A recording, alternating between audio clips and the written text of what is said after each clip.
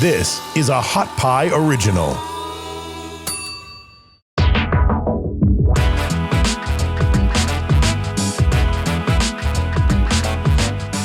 Hey, what's up, everybody? Welcome to the DNP-CD Sports Podcast, presented by OddsShark. I am Chad Fisher, alongside my co-host, Tony Farmer. What's up, man? How you doing? I'm having a good day today, man. I'm excited about the show. Talk a little Detroit Pistons today. Yeah, man. We got Omari Sankofa on the show today. He's out in Summer League covering NBA Summer League. It's going to be interesting to talk to him, get his opinions on some things.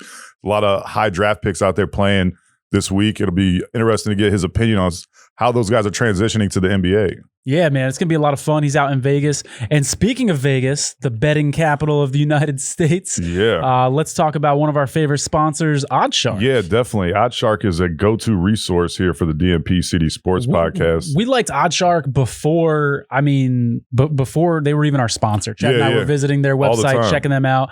It's a great resource. Yeah, OddsShark is your source for the latest odds from leading authorities, expert editorial content, the hottest sports news, and detailed matchup picks. Looking for statistics and trends for an upcoming game? OddsShark has that too, and it's free. In-depth expert analysis, odds, and trends to help you make the sharp game day picks. They've got decades of stats in their databases, and their insiders give you takes so hot they sizzle. That's hot. They're your one-stop shop for all your odds info on sports and pop culture events. Want to get a better understanding of the odds and the math behind the numbers, how the line is set, why the lines move during the week? OddsShark will give you all the tools you need. They're a proven industry powerhouse. OddsShark has info from around the globe, giving you the chance to access the best sports odds on the planet. Whether you want to check out tonight's football odds, this week's hockey or basketball trends, or anything in between, head on over to OddsShark and start thinking like a shark today. Yeah, man. And speaking of OddsShark, I've got the website pulled up right here, Chad, because I want to talk about some NBA futures. Okay, what's up, man? Yeah. I want to hit you with some lines, and I want to get your opinion and see what you think. So let's start with the Pistons today, considering our guest. Yeah. And let's see what we got here for Detroit. Oh boy, this is a tough one, Chad. Yeah. We got about 350 to 1 is the best odds that I see on bet now. To win the championship? Yes, sir. Yeah. To win the whole championship. How you feeling about that one? I mean, they're going to be much improved from last year for sure. They got a good coach, Dwayne Casey. We're going to talk to Omari about Jeremy Grant, who had a big season last year. Kind of solidified himself as an all-star. No one really saw that coming. He actually had an offer from another team for the same amount of money. I believe it was the Denver Nuggets. And he ended up going to Detroit because he wanted more playing time. He wanted to be able to showcase his talents a little bit. He's going to be interesting to watch. I think he's going to continue to make that leap. And then Cade Cunningham, obviously the number one pick of the draft. He's going to have a good year, obviously. I think so. He's going to be a great player in this league. But 350 to 1.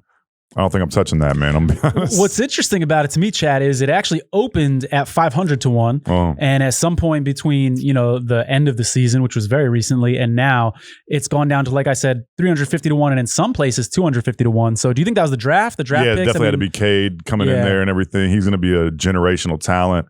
It's going to be interesting to see how he transitions to the NBA, but I think he's got a great coach. Dwayne Casey was former coach of the year at the Toronto Raptors. He's going to let him do his thing, and he's going to have some good guys to look up to. Jeremy Grant. It'll be interesting to see how they progress this year, and they're just trying to get some pieces, man. You know what I'm saying? And so next year you get a top 10 pick or so, add to what you've got already, and they could be a good team. Man, the NBA, the Central Division and the East is getting better and better. I mean, you saw Milwaukee won the championship. Chicago got a lot better this year. Yeah, with Ball, and then they picked up. Who else did they get in the free agency, man? Remember? You can't remember. You can't remember. They got a lot better, man. Yeah, they improved. They got Lonzo. They're going to be a lot better there. Zach LaVine's always a good player as well, man. So the Cavs, we got Evan Mobley. I think he's going to be more of like a 2-3 year project type guy. I watched him in Summer League the other night. Yeah. He looked good, but he's big man. It always takes a lot longer for them to progress. As you saw with DeAndre Ayton this year, kind of made that leap after the first couple years of his career. It's kind of like, jury was still out. This year he made a big time leap, and he's looking like he's going to be a max extension type guy. So, Yeah, so the Central's getting better, man. But 350 to 1, I probably wouldn't mess with that. All right, so this next one I'm most excited about because this is a team that has been snake bit by injuries recently. How about the Golden State Warriors? Best line I see here is 10 to 1. That's not bad, man. That's something you might want to jump on. I personally don't think that, I hate the Warriors. I'm a Cavs guy, so they're like our perennial adversary. But they got Klay Thompson coming back, Draymond Green, and obviously Steph Curry. They got a couple good draft picks as well. I'm surprised they didn't flip those for somebody else, like Ben Simmons or something like that. That's surprising. I mean, we still got a lot of time left before the season starts. You never know what could happen. Hearing Ben Simmons isn't happy there. I don't think they're too happy with him either, to be honest with you. But 10 to 1, man, that's not bad. I can see a lot of people putting some money down on that line for sure. For sure, man. And then the Lakers, after the big move we saw on draft night or the day before draft, I see now 3 to 1 is the best odds that I can get on the Lakers right now. That team kind of feels like, to me, a little bit like the Lakers of old when they brought in Karl Malone, they brought in Gary Payton, and they had all these stars, and you thought there's no way in hell they're not going to win, and they end up getting beat by the Pistons, who we're going to talk about today. But yeah, it feels like that because they got a lot of veterans on that team. I don't know. I mean, Carmelo Anthony's I think he shot around 38, 39, 40% from three last year. He's definitely going to help them out a little bit. But once again, with the Lakers, it's going to come down to injuries, man. You know what I'm saying? If Anthony Davis can stay healthy, can LeBron stay healthy? This is two of his 3 seasons with the Lakers have kind of ended in injuries, or been plagued by injuries towards the end of the season. It's going to be interesting. Is LeBron going to be able to continue to be the LeBron of old, or is he starting to finally wear down? Is Father Time finally starting to get a hold of him? The LeBron of old, or just old LeBron? Old LeBron, yeah. Which one, right? It's going to be interesting to see, man. But they're 3 to 1, you said? Yeah, which is interesting. Brooklyn's also 3 to 1. So my next question for you is: if you got to take one of those at 3 to 1, do you like Brooklyn or you like Lakers? I'm taking Brooklyn, but same thing with them, man. It's injuries. Kevin Durant has had some injuries the last few years. He looked good in USA basketball this year. Kyrie's always had injuries his entire career, it seems like.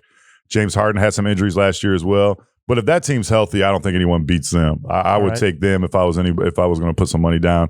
They're 3 to 1. I'm surprised they're not like 2.5 to 1 or something like that. Yeah, I mean, there are some, but the best number is 3 to 1 for sure. Yeah, I would jump on that, man. And then how about Joe Wieskamp, our buddy in San Antonio? Yeah. We can get ourselves some 200 to 1 odds. Oh, wow. Which is pretty sweet.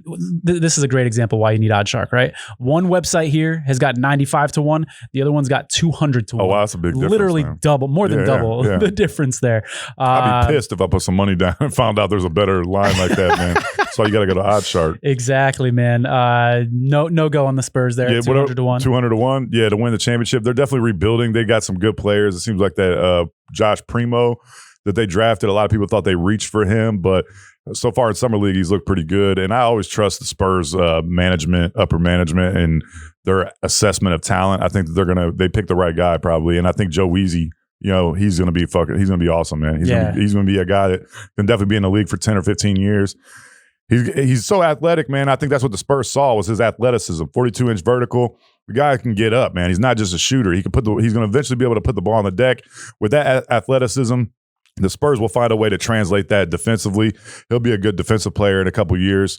I can see him being a guy that could start for you. He could be a great shooting guard. Yeah, no doubt. Like a Danny Green type. Yeah, in the Summer League so far, he's off to a slow start shooting, but we know he's a shooter. The shots are going to drop, so I'm not worried about that at all. He's also collecting a few rebounds in the Summer League too, so he's showing. Big guy, man. 6'7". Man. Yeah. He's showing what he can do for sure. Yeah, it's going to be interesting. I can't wait to watch him play. We're definitely going to have to go check him out a couple times this year down in San Antonio. Yeah. Just a short hour drive from Austin here. We're going to go check him out, see if he can hook us up with some floor seats or something. He's probably like, hell no, man. He's like, I'm sorry, who are you guys again? I don't remember. I don't remember DNP. Doesn't ring any bells.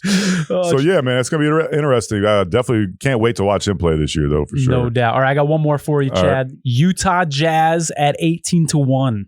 18 to 1 is the best line I see. I see some 13 to 1 as well. That's something I would jump on, man. Yeah. You know what I'm saying? Hell yeah, dude. They definitely underachieved last year. They had the best record in the NBA last year. A lot of people thought they could have definitely won the championship. I was talking to a buddy of mine last night, and I told him, I said, man, it sucks because it was wide open with those injuries and stuff. So that's something I would jump on. Donovan Mitchell's going to be, probably up there in the MVP candidate talk and everything. I think he's going to have a great year. So it's going to be very interesting, man. All right, sounds good. Well, hopefully you enjoyed this betting segment where we look at the NBA futures. We love our future market here on DNP-CD. Yeah, and we're going to get into our interview with Omari Sankofa with the Detroit Free Press. Our guest today is a Detroit Pistons beat writer for the Detroit Free Press. He's a guy I've been following for a while, and I love his Pistons and NBA coverage. He's out. Are you out in Summer League right now, Omari? I am out in Summer League. Yeah. He's trying to avoid the heat. Right now, he's currently out in Vegas covering this NBA Summer League. He's a great writer and reporter with big-time insider knowledge, and we're super happy to finally get him on the show. Please welcome to the DNP-CD Sports podcast, Omari Sankofa. How you doing, brother? Thanks for coming on the show, man. Hey, thank you so much for having me. Obviously, big week for the Pistons with Cade Cunningham making his debut. So definitely. We're gonna get to all that, man. You said you're in Vegas. I gotta ask you, man. Have you been to any buffets that double as titty bars out there yet, or what's going on, man? No buffets yet. No titty bars yet. I've been trying to adjust to the heat. Just coming after this past year of doing nothing, you kind of just have to ease back into, doing everything else. Although I'm not a super crazy guy. When I go out, just low key, man. Probably will hit a buffet at some point. Yeah, why not, man? You got to try some biscuits or something, man. That Vegas heat is no joke, man. That dry heat. Like we're in Austin, so we get the humidity every once in a while. It's a totally different ball game in Vegas, man. Woo. Yeah. But no doubt. Obviously, being from Detroit, we don't get too many 100-degree days, and when they are 100 degrees, it's not dry heat like this. So for sure. I'm from Ohio originally, man. I spent some time up in Ann Arbor going to Michigan games and stuff like that. So, this is a totally different ball game, man. But Vegas ain't no joke. But Omari, y'all got Cade Cunningham, the number 1 pick in the draft. As a Cavs fan, I just want to congratulate you on coming back to relevancy. I hope we can join you there someday. But how are you feeling, man, and about that pickup, and how good do you think he can actually be? I think he could be really good. He was a guy that, I think in a draft when you have Evan Mobley and Jalen Green, who both would have went number 1 last year. Jalen Suggs, too, probably would have went number 1 last year. Cade was considered to be the safest and best of all 4 of those guys. Doesn't really have so many holes in his game. I mean, of course, he's a really good shooter. He reads the floor like a point guard. He's got really good size, so he can defend multiple positions. I think he's a guy that, even if every aspect of his game doesn't translate immediately, you feel pretty good that as a rookie, he's going to be impactful in some way. So for the Pistons to be able to get a guy that just has such a high floor, I think accelerates their rebuild for sure. Yeah, definitely. I wanted to ask you, what do you think his ceiling is? Because a lot of people, and me especially, I've had a hard time coming up with a player comp for him or someone that he resembles. What type of player do you think he can be, and what's he like exceptional at? It is tough to come up with a good comparison for him. One that their GM Trey Weaver used that I actually thought fit pretty well was Larry Bird. From the perspective, and obviously Larry Bird's the top 7 player of all time. So that's I don't know if that's his ceiling, but just from the standpoint of he's a guy that not the most gifted athlete, but just thinks the game at a high level. Just really good shooter and playmaker. He's big, can just do everything. I think that makes sense. Another comparison I've heard is a guy like Grant Hill. I think Grant Hill was a different tier of athlete. And, I think Cade's a much better shooter. But just again, another player who obviously has a really high IQ, really great playmaker, and can just do a lot of things on the floor. So, those are 2 really big comparisons. But we are talking about a guy who was the number 1 pick. So I can see Grant Hill. Within those range of playmaking forwards, I think he kind of slots in. Yeah, definitely. I can see the Grant Hill comp. That's for sure. That's probably the best I've heard so far. For sure. I know it's only Summer League, and we can't take too much from it. We don't want to overreact to the Summer League. But what's been your impression of Cade so far in the 1 game that he played? Is he a franchise player capable of that? Yeah, I think his first game was a little bit up and down. He hit his first 2 3-pointers, and then he kind of went cold. And the Pistons as a whole just went cold after that first start, or that hot start. So it's Summer League. It's tough to put too much stock into it because you have so many players on these teams who aren't really going to stick around. So, I think guys are being asked to do things that they normally wouldn't have to do during a normal season. But Cade should have had more assists than he had. He had 2 assists and 5 turnovers. It probably should have been 5 assists and 2 turnovers. Guys bumbled some lobs, and there were just some plays that I think in a normal game that probably just ends up becoming an assist. So the passing looked good. I thought his defense was good. He had really active hands, and of course he's bigger than most opposing point guards, so he can really make life tough for him.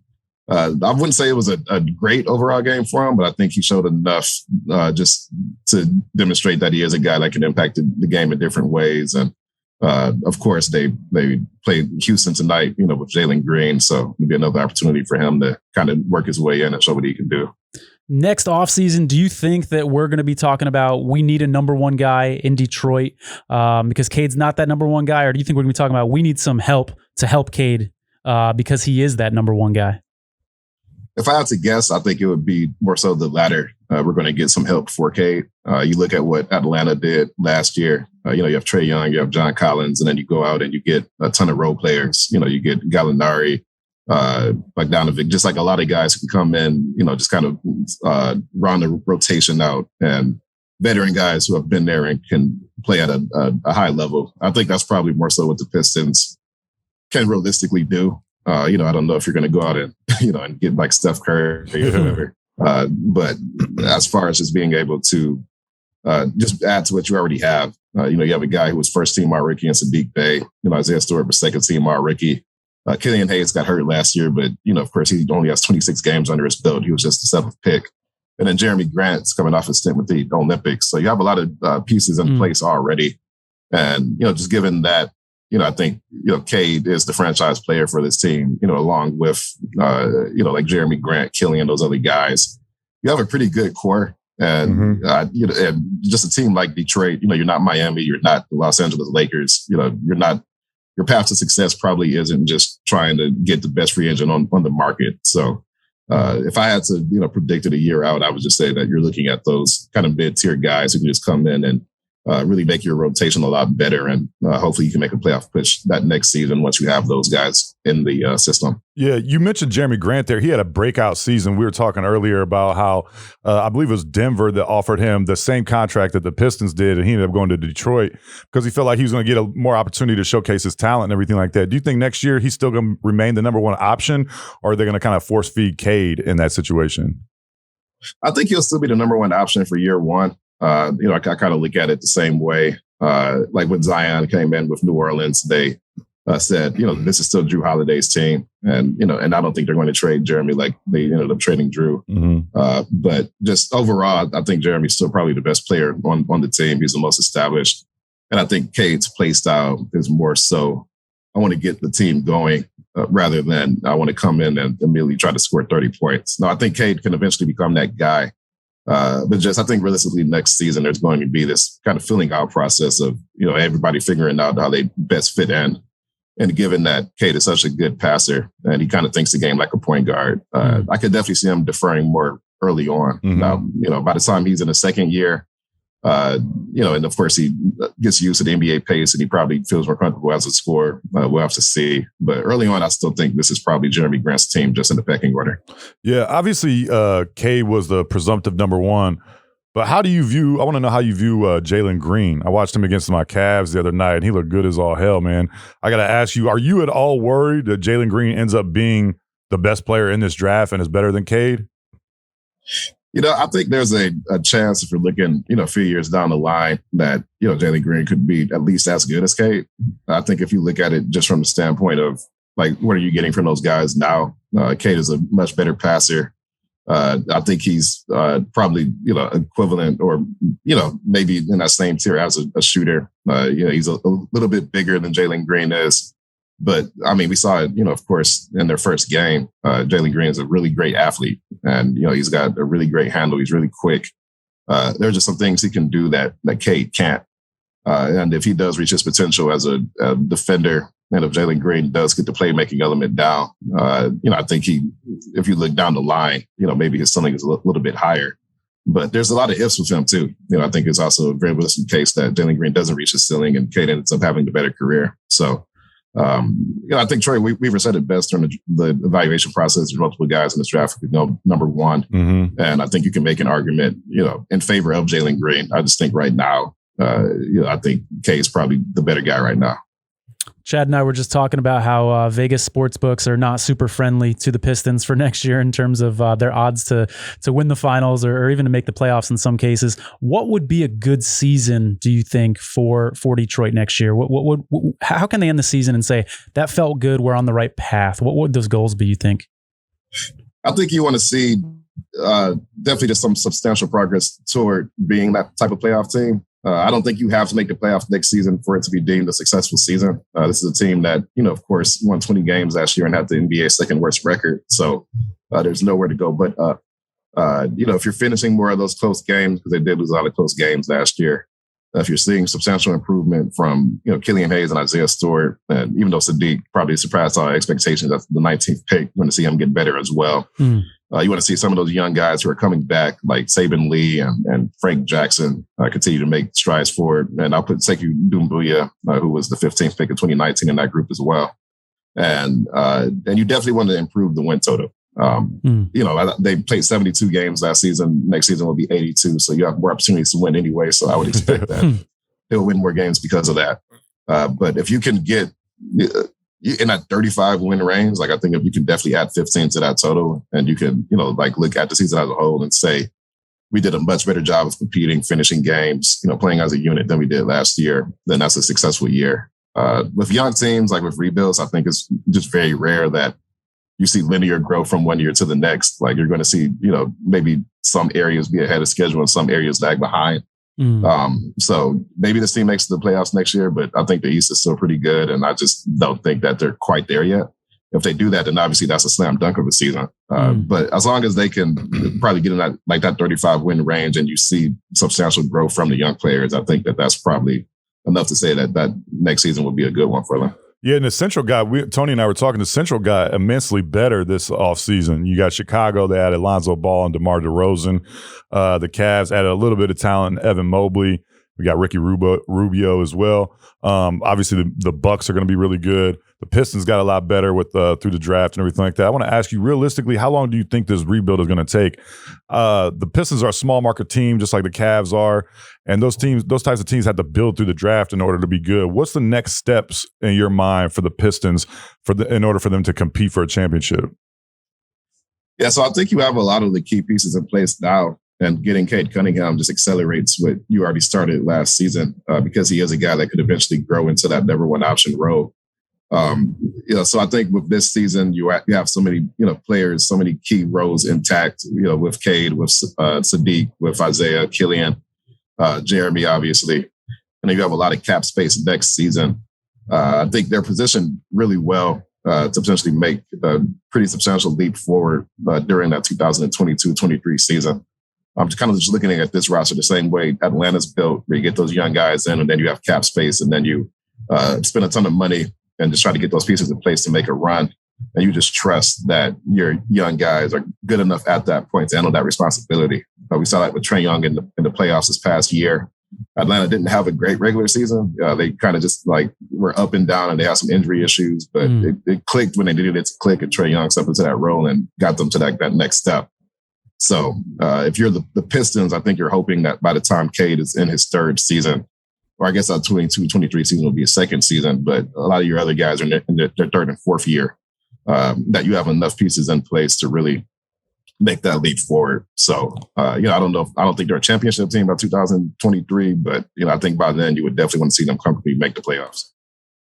Hey, Chad, why don't we take a minute to tell folks about our newest sponsor on the show? Yeah, we're super excited and proud to announce that the DNP-CD Sports podcast is now sponsored by BetterHelp. That's Better, H-E-L-P. Is there something interfering with your happiness or is it preventing you from achieving your goals? I can tell you, Tony, I see a therapist once a week, man. I've been going for about a year and a half, and it's been amazing. I see so much progress in my personal self and how I deal with problems, how I've dealt with issues in my past and stuff like that. It's no longer taboo to talk about mental health, man. It's very important. People are realizing how important it is, and that's why BetterHelp is around. Especially this day and age, Chad, man. There's so much extra stressors going on with the economy, et cetera. Great time to talk to people. Yeah, all kinds of different things that you can get help with at BetterHelp. They'll help assess your needs and match you with your own licensed professional therapist. You can start communicating in under 48 hours. It's not a crisis line. It's not self-help. It is professional therapy done securely online. There's a broad range of expertise available, which may not be locally available to you in your areas. The services are available for clients worldwide, so no matter where you are, you can check them out. You can log on to your account at any time, that's 24 hours a day, and send a message to your therapist. You'll get timely and thoughtful responses. Plus, you can schedule weekly videos, maybe phone sessions, whatever's best for you, so that you won't ever have to sit in an uncomfortable waiting room as with traditional therapy. Yeah, BetterHelp is committed to facilitating great therapeutic matches, so they make it easy and free to change therapists if needed. It's more affordable than traditional offline therapy, and financial aid is available. BetterHelp, that's better, H-E-L-P, wants you to start living a happier life today. Chad, whenever I buy a product or look into a new service, I want to see what people are saying, real people, what they're saying about that product. Yeah, absolutely. Read those reviews. So here's a couple from the BetterHelp website. One says, I highly recommend Garland. He completely understands me. His approach also helped me a lot. He helps me with whatever I want to work out with myself and my relationships. I have seen good progress in my life when I started my counseling with him. I'm looking forward to having more sessions with him. Another one says, Regina Moyo has been really helpful. I'm going through a divorce and have been really down lately, having a hard time letting go.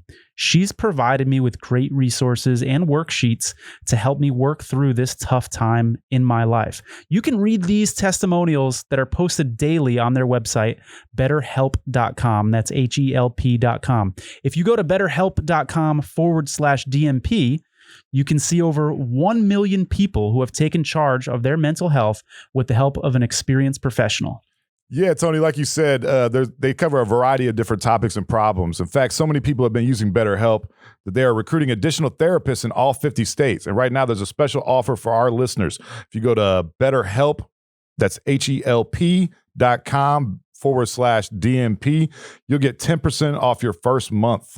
That's pretty awesome deal, man. Yeah, it's exciting, man. We're really proud and excited to be collaborating with BetterHelp, not only because they're a great company, but we also feel like we're helping people because we're getting the word out on this show, and we're helping you save money, which you know we like to do on this show as well. Yeah, exactly, man. And there's nothing more important than mental health. A lot of people take care of their bodies, they're exercising, they're eating right, but you got to take care of your mental too, you know.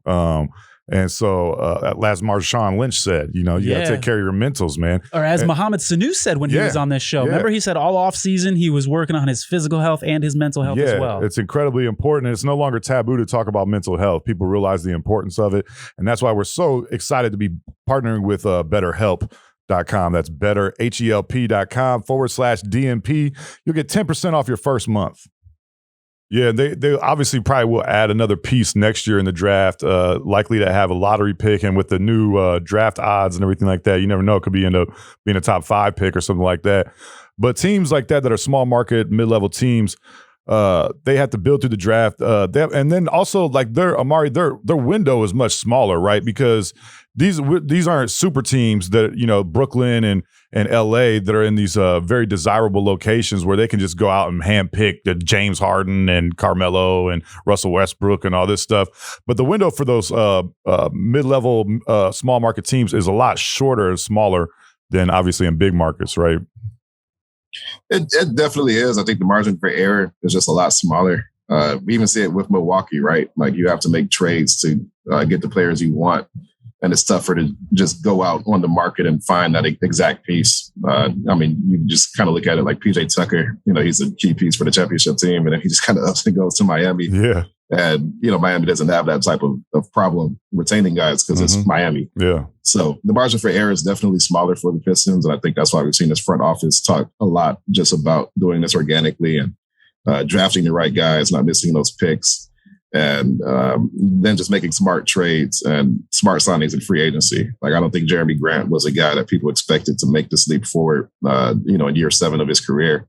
But that's exactly what he did. So you really have to kind of make those margin moves and hope that they pay off. So I think they've done a good job of that so far. But of course, to become a contender, you have to keep that streak going. And that's pretty hard. You know, you really have to trust in your drafting and your scouting and your free agency signings panning out. I mean, I think Pistons fans are no stranger to, you know, some of the free agency signings in the past that, you know, just completely flopped. So, yeah, it's definitely a lot harder when you're a small market team. Yeah, like I want to talk about Jeremy Grant real quick before we let you go, brother. because that was such a huge pickup, man. I don't know anyone that really saw that happening. I remember when the Pistons signed him, I kind of thought like, damn, they might have overpaid for him, but they obviously didn't. They got him at a bargain in retrospect now. But how excited are Pistons fans that they got this guy pretty much like out of nowhere? I mean, he was like a probably sixth, seventh best player for that Denver Nuggets team, and now all of a sudden he looks like almost like a franchise type player. He's definitely, I feel like, you got Cade Cunningham. I feel like he can be a great number two. You need a number two guy, you know what I mean, like that Kyrie type guy or something like that. I feel like he can be great in that role. No doubt. And yeah, Jeremy, I think fans, you hear 3 years, $60 billion for a guy who was, like probably the fourth option for Denver last season, had a good playoffs, but even so, he wasn't a guy that had shown that he could handle that type of role. And then for him to exceed our expectations, it's already one of the best free agency signings in franchise history. Yeah. And there really just haven't been too many examples of players working out to that extent, especially in the last decade. You can just go down the list and see players the Pistons, spend a ton of money on, and then you end up just waiting for the contract to run out, or you're trying to trade it, or you just eat the money or whatever it is. I think some Pistons fans got PTSD flashbacks when they saw that figure.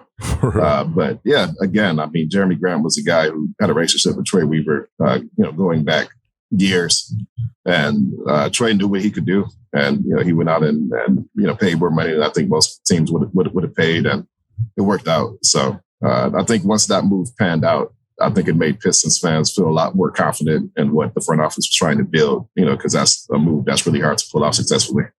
Since you're out in Vegas now, I wanted to ask you, you're covering the Summer League. Can you give us a name or two of a guy or two who you think are going to surpass expectations that people may be sleeping on a little bit and are going to have a good summer?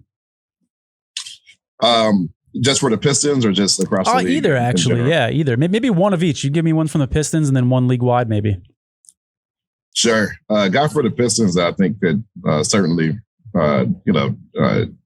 impressing people next season is Saddiq Bey. It's just only one game, so it's tough to say how much what he showed on Sunday is going to carry over. But he was a catch and shoot guy in college. He was a catch and shoot guy for the Pistons last year, and a very good one. I mean, he hit 175 threes in a season with 72 games. So in a full year, he probably would have broken the rookie record set by Donovan Mitchell. But for Saddiq Bey to hit step back threes, like side step threes, he had a couple turnaround fadeaway jumpers from mid-range on Sunday. Those were not in his game last season at all. And if he can make that jump from just being a catch and shoot guy to being somebody where you could put the ball in their hands and he can get his own shot. I've heard him compared to Chris Middleton and other things that Chris Middleton can do. And he was doing some Chris Middleton-esque things on Sunday. So again, it's one game. He may not do that in any of the remaining games they have left. And, and that's just something that we won't expect next season. But he's clearly been working on it, and he was clearly comfortable enough with it on Sunday to do it multiple times. And if he's doing that next season, then we're talking about him just being a really good starter to, potentially making an even bigger leap to a wing who can really create for himself, which I think makes him significantly more valuable. Then across the league as a whole, like one guy I like, he may be a few years away, but Trey Mann with the Oklahoma City Thunder. He didn't have a great game against the Pistons on Sunday, but he did kind of hit some tough shots toward the end and, find his rhythm. And, just for a guy who I think was one of the best pull-up three-point shooters in the entire draft, he just has a great touch on his floater. He's a good enough passer. I don't know if he becomes an NBA star, but he seems like a guy that, could really carve out a really good role as a point guard in the league, just given how good he is at shooting already. I don't know how many scouts would agree with that, but personally, he's a guy that I like a lot. Last question here, brother, before we let you go. I just want to get your opinion on what the season's going to be like next year for the Pistons. What do you envision their record being? I know you said you're hoping like around 35 wins, but realistically, if we had to put you on the spot, what do you think their win total is going to be next year? Yeah, I would probably guess around 35. Okay. I think they'll be maybe on the cusp of like being in that play-in game conversation. As a whole, I think the East is just pretty good right now. You look at all the playoff teams last year, most of those teams will be back. And then I think Chicago got a lot better. I think Charlotte got better. The Wizards are a bit of a wild card, but overall, I think, you can say that they got deeper and overall the pieces maybe fit a little bit better together. The East is just in a really interesting place right now. Miami absolutely got better. And I don't know in this year specifically when the East is so deep that it's realistic for the Pistons to make a massive leap forward unless Cade exceeds all expectations and you're seeing big leaps from guys like Sadiq and whatnot. So I think it's possible for the Pistons to be in that conversation, but realistically, I'd probably guess 35 wins.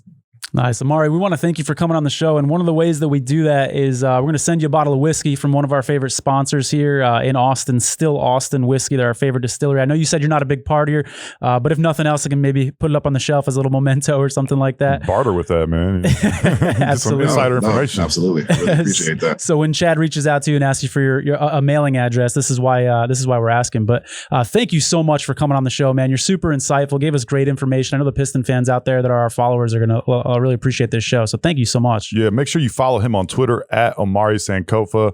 Awesome information, man. He's out in Summer League right now. You would definitely want to hit up his Twitter, get some information. Even if you're not a Pistons fan, I know every NBA fan wants to know how Cade's going to do this year. So definitely give him a follow, brother. Thanks again for coming on the show, Omari. We really appreciate it, brother. We'd like to get you back on later in the season, mid-season, maybe pick your brain about how the Pistons are progressing and everything as well. Oh, absolutely. Thank you so much for having me on. I'm sure there'll be a lot to follow up on midway through the year. So looking forward to it. Definitely. Thanks, brother. Have a good time out there, man. Let's try to stay cool.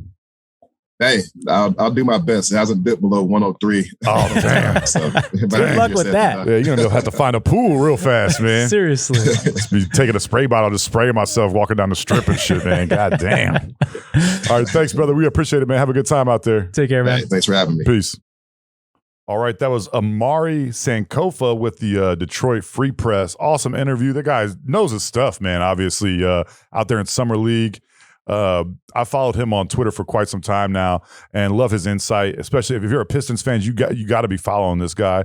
And if you just want, like we said, if you just want to keep track of what's going on with the Pistons and the number one pick, how he's maturing, how he's growing and everything like that, give him a follow because he's got some great insight.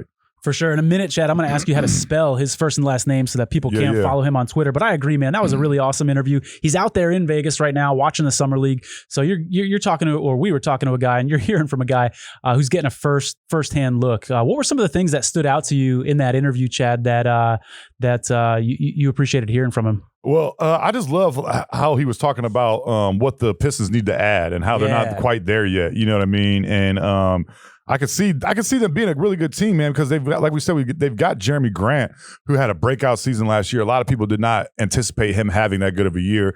Like I said, like I told Omari, I thought they overspent on him initially. And so for him to have the year that he did, he proved me and a lot of other people wrong. But now they got some pieces, man. You got Cade Cunningham, you got Jeremy Grant. Those are two guys that like he said, Cade is. What I thought was interesting also about the interview was how he said that Cade is probably going to come into this year as a rookie being more of a facilitator, and he's going to kind of defer to Jeremy Grant. Jeremy Grant's going to be the number one option, at least for this year. And then Cade will probably make that transition into being the number one option eventually. But he's going to be a more of a facilitator. And also, Omari talked about how he's going to be more of a ball handler too, which is something that I wasn't expecting. You know, so it's going to be interesting to see how he progresses, how he matures, because I saw Jalen Green. It's just one game. A lot of times we do this. We overreact to one game in Summer League. You know, they're playing against a bunch of guys that are probably going to be playing in Germany or something this year. You know, there's probably only like 3 legit guys on each roster that's going to be in the league this coming year. But he had an amazing game. He showcased all of his talents. I was like I was thinking to myself, like, damn, I wish the Cavs would have got the number 2 pick. But I don't know if he'd have stuck around past his rookie contract, to be honest with you. But it's going to be interesting to see. Yeah. Like he said, that last year, the top 3 or 4 guys in the draft this year would have been the number 1 pick. He said that Cade definitely, Jalen would have been a number 1. He said that Evan Mobley out of USC that ended up going to Cleveland. And he even said Suggs out of Gonzaga, John Stockton's old school. Mm-hmm. He said that he was the type of guy that could have been number 1 in previous drafts. So it was really interesting, man. The guy knows his stuff so well. He's so plugged in. And if you want to, you definitely got to give him a follow on Twitter. And that is OMARI SANKOFA on Twitter. Great follow, man. He's really high. He's really high on Cade, understandably so, as a lot of people are right now. But the idea of Jalen Green actually being a better player long term than Cade, he didn't dismiss that. He was kind of like, yeah, I wouldn't be shocked. I could see that happening. And I could too. I think a lot of people, and again, like you said, maybe an overreaction from one summer league game, but no, because I was hearing that before the draft. I mean, I remember when we had Jordan Zerman and we were talking before the draft. You know, Jalen Green is an intriguing freaking player with a ridiculously high ceiling, and so it shouldn't be too much of a shock. Some of those step backs that he was making against the Cavs in summer league the other night were just like, oh, dude, it was pissing me off. Every time he scored, it felt like a knife was being dug into my chest a little bit more. So to clarify, you didn't give a shit, obviously, about the final score of the summer league game. No, I just didn't want him to do well. I was just like, please. It was because the Cavs didn't get him. Yeah, I hope he goes like 3 for 20, and I hope his career sucks. It was because I wanted him so bad, dude. After I watched tape on him, I was like, damn, I want this kid, man. He would be awesome. But the demented psychology of a sports fan. He probably wants a bigger market than Cleveland. You know, Houston is I believe, the 4th biggest market, the 4th biggest city in the United States. So that's a massive market. He's down by the water. Houston is. I'd much rather live in Houston than Cleveland for sure. But as a Cavs fan, I was hoping that it didn't matter to him too much. I feel bad for Evan Mobley sometimes, dog, because he was in US. He was at USC last year in LA, and he goes from LA to Cleveland. He's probably just like, what the hell kind of cow town is this shit, man? What's going on here, man? Where's the buildings? Where's the city? Where's like the culture and the nightlife? They got like a 2-block radius in Cleveland that you can go have some fun in, man. That's about it. What I'm concerned about for you, Chad, is you're already feeling that knife start to twist, understandably so, after a summer league game. This guy's going to have a long career. So how are you going to feel after his first All-Star game, after his first NBA Finals appearance, after his first NBA Finals championship? This is going to be a gift that keeps on giving in a bad way for you as a Cavs fan, and I'm concerned for you. Yeah, I am too, man. I'm going to be doing a lot of drugs, drinking a lot of beer. Trying to escape. Yeah, just trying to escape the reality of Jalen Green not coming to Cleveland. No, I mean, in all seriousness, what I kept trying to tell myself when I was watching that game the other night was, dude, we didn't get the number 2 pick. You know what I mean? We got the number 3 pick, and we should have had, by all intents and purposes, we should have had like the 6th or 7th pick, you know? And that was the first time in 6 years that the Cavs have moved up in a draft. A lot of people don't understand that. A lot of people think they always get the number 1 pick because we got it 2 years, 2 out of 3 years. But in actuality, we weren't moving up. So that was the first time in the last 6 drafts that we actually have moved up and got a higher pick than what we were expected to get. So, you know, Evan Mobley, I think, is going to be a great player. I think what's going to make that hurt a little bit less is if Evan Mobley becomes an amazing player, which I think he will. I saw some things from him, not only just watching his tape, but also watching him in Summer League the other night. The guy can put the ball on the floor. He's got a very similar body type to Chris Bosh, although I do think that he can be better than Chris Bosh. I know that's crazy. You know, Chris Bosh was I believe the number 4 pick in his draft year, and this guy's number 3. Very similar body types, but I think that he can put the ball on the floor a little bit more. I think he's going to be able to step out, hit threes. Chris Bosh obviously was able to do that also, but I think he's going to be more dynamic, man. I think he's going to be able to handle the ball way more than Chris Bosh did. I think he's going to be able to handle it. He's going to be a freak athlete, dude. The guy's 7 foot tall, and I saw him leading the break the other night, and he didn't look like a baby deer or anything. He looked like he knew what he was doing. So he's going to have an amazing skill set. One thing that the Cavs are definitely going to have to do is he's going to have to be a guy they're just going to have to force feed, man. I do think his conditioning needs to get up. When I was watching him the other night, he looked a little gassed really early. You know, some of that could be, you know, being in Vegas and everything. But I think that he's got to put some muscle on, obviously. What rookie doesn't? You know, Jalen Green as well. Both those guys are real thin. But I think in 4 or 5 years, this dude could be an all-star, you know. And unfortunately with the NBA, it's not like the NFL where a rookie comes in and just takes the league by storm.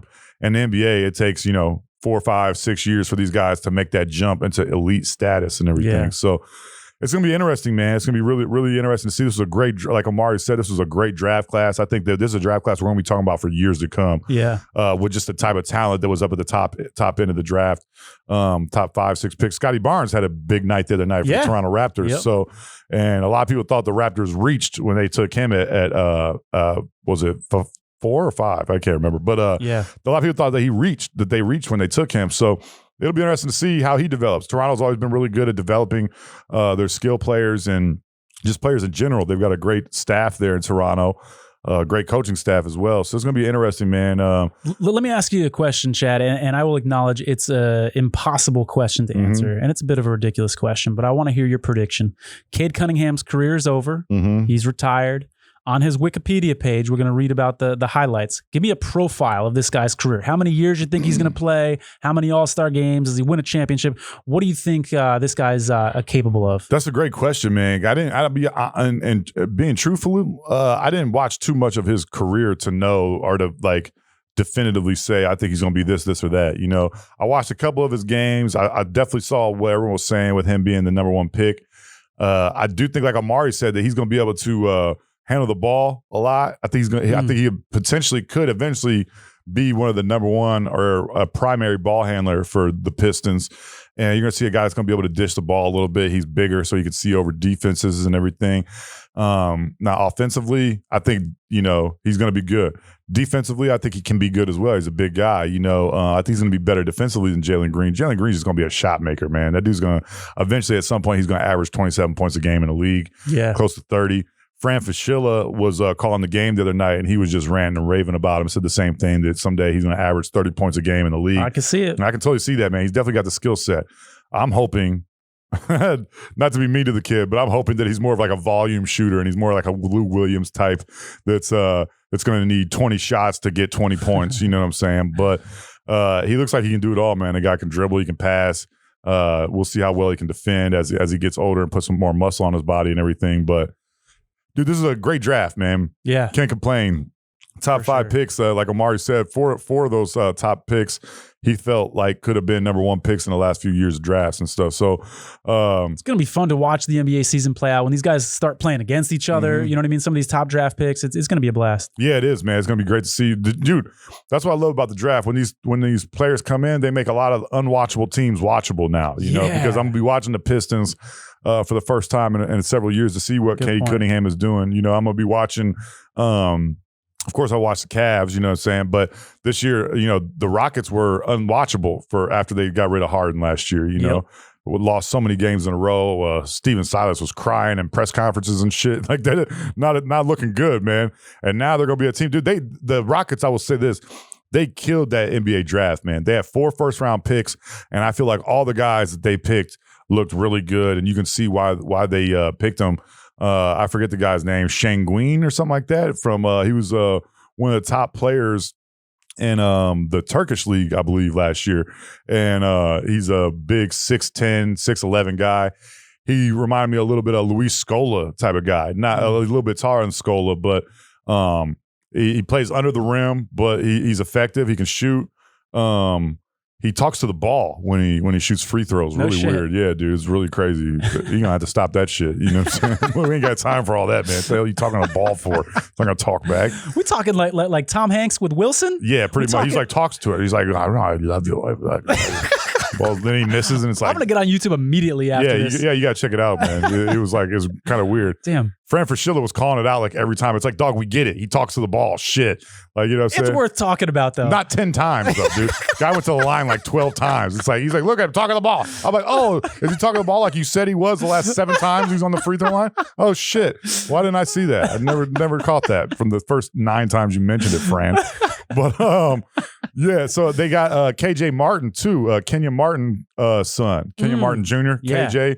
High flyer, that guy can play. And then they also got Josh Christopher, who was at one time, before he went to Arizona State, he was a top 10 guy in high school. Michigan was after him very, very hard. And at one point, he actually, I believe, was committed to Michigan, decommitted, ended up playing for Bobby Hurley in Arizona State, which was not a good decision, I don't feel like, for his development. There's too many guys on that team, too many me guys. Everyone wanted to be the best player on that team. They didn't know their roles. And so he ended up slipping into the late first round. I believe he's taken 24th overall. A lot of people didn't see that happening coming into his senior year of high school. He's one of the top players in high school in the country. Ends up going to, that's what happens when you go to Arizona State, you know. So not only 4 first-round draft picks, but good value with the guys that they got as well. So that they're certainly intriguing. KJ Martin wasn't even a first-round pick. I believe they got him in the second round. So that guy is a high flyer. He's going to be a guy that I could see playing in the league for 10 plus years, you know. His dad was at the game and everything. And so I think the Houston Rockets are going to be a totally watchable team next year. They're going to be a team that you're going to want to check out on League Pass just to see how those guys develop. Absolutely. They're going to be high flying, man. KJ Martin, that guy gets up. You know what I mean? I think he was actually in the league last year, but he played as a two-way player, I believe. But he blocked some of the tallest guys in the NBA last year, and he's only like 6'6", 6'7". Not the biggest guy, but he's just like his dad, man. He could get up for sure. So it's gonna be interesting, man. A lot of these teams that, like I said, were unwatchable. You're gonna want to check them out and see how they're doing, how these young guys are acclimating to the game and everything.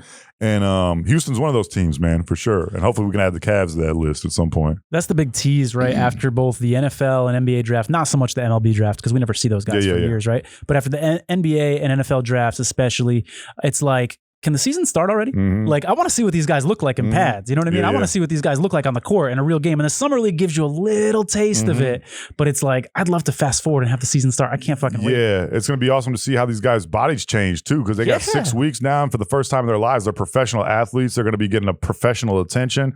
Some of the best minds in sports are going to be helping them transition to the next level. Remember when we talked to Joe Wieskamp, that process for him started, you know, months ago. Because of Priority Sports, because of his agency. They are a top-notch agency.